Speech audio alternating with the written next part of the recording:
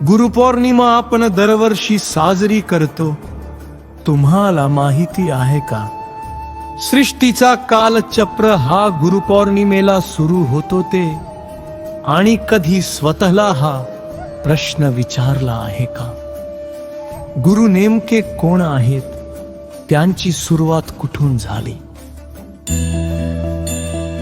देव उठणी एकादशी आणि देवशयनी एकादशी हे का महत्वाचे आहे, आणि ह्या अवस्था घडण्यापाठीमागे काय कारण आहे, ते माझ्या साधना, चिंतन आणि अनुभूतीतून मला जाणवलेला एक सूक्ष्म आध्यात्मिक दृष्टिकोन आहे.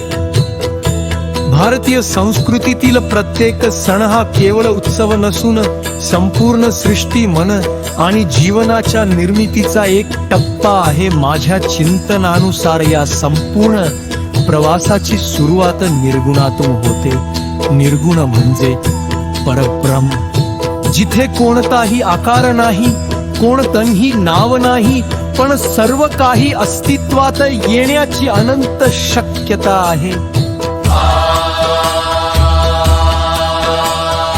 या निर्गुणातून सर्व प्रपाजे तरपट होतम. हे म्हणजे गुप्त रूपाणी माझ्या अनुभूतीनुसार हेच. गुप्त रूप म्हणजे गुरुतत्व. गुरु म्हणजे केवळ एखादी व्यक्ती नव्हे, तर संपूर्ण सृष्टीला दिशा देणार.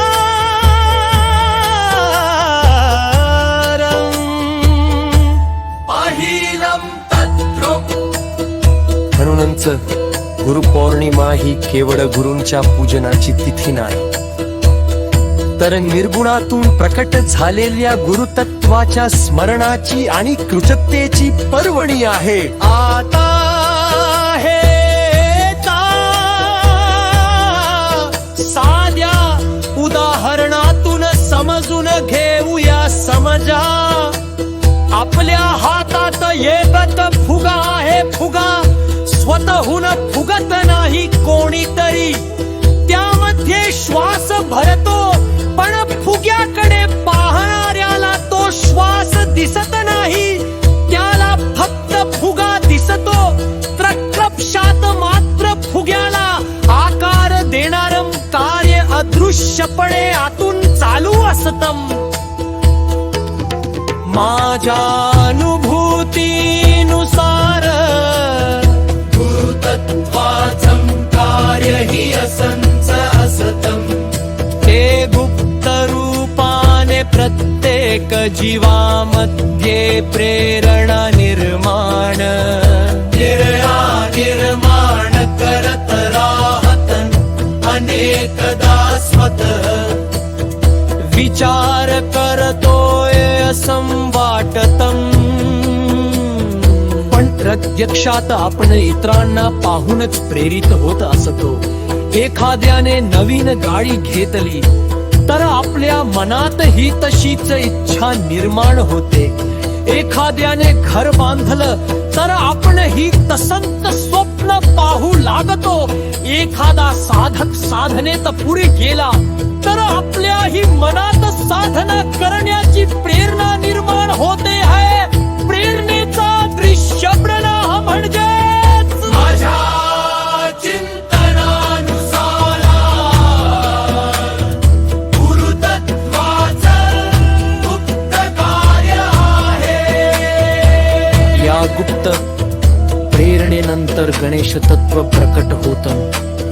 ते साक्षी भाव स्वरूपात, कारण कोणत्याही निर्मिती पूर्वी बुद्धी आणि विवेक आवश्यक असतो. त्यानंतर विष्णू तत्व जीवधारणेचा प्रवाह सांभाळतं. ब्रह्मतत्व निर्मिती घडवतं. महेश तत्व आवश्यक परिवर्तन आणि विसर्जन घडवतं. शक्ती तत्व आणि माया नवरात्र उत्सव या संपूर्ण प्रवाहाला कार्यरूप देते पुढे सप्तमशी. विशेषत महर्षी अत्री आणि माता अनसुया या ज्ञान आणि पावित्र्याच्या संगमातून या प्रवासाला पूर्णत्वाकडे नेतात. त्यानंतर पुन्हा काळ पुढे सरकतो. देव उठणी एकादशीला भगवान विष्णू योग निद्रेतून जागृत होतात. माझ्या चिंतनानुसार जे सूक्ष्म स्वरूपात घडत होतं ते आता नव्या प्रकट कार्यासाठी सज्ज होतं. जसा गर्भातील जीव योग्य काळानंतर प्रकट होतो तसाच हा विश्व प्रवाहही सतत सूक्ष्म आणि प्रपात अशा जून वस्तेमध्ये फिरतानाहत. सूक्ष्म प्रवासाती सर्व पटम कोडु तत्प्रत सारेकं ध्यानंत प्रमाणे रेघदैनी तत्कंपाररत होतात प्रवास महिरान महिले पुढे सवत तुळा हाता. माझ्या चिंतनानुसार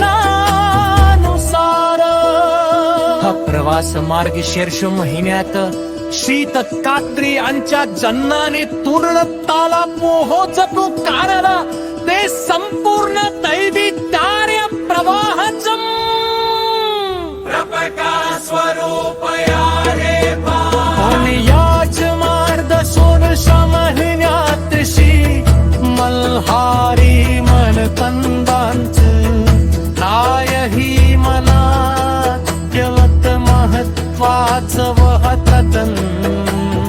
माझ्या अनुभूतीनुसार श्रीलता प्रेरहत चैतन्य दिशा एकत म्हणजे शरीर.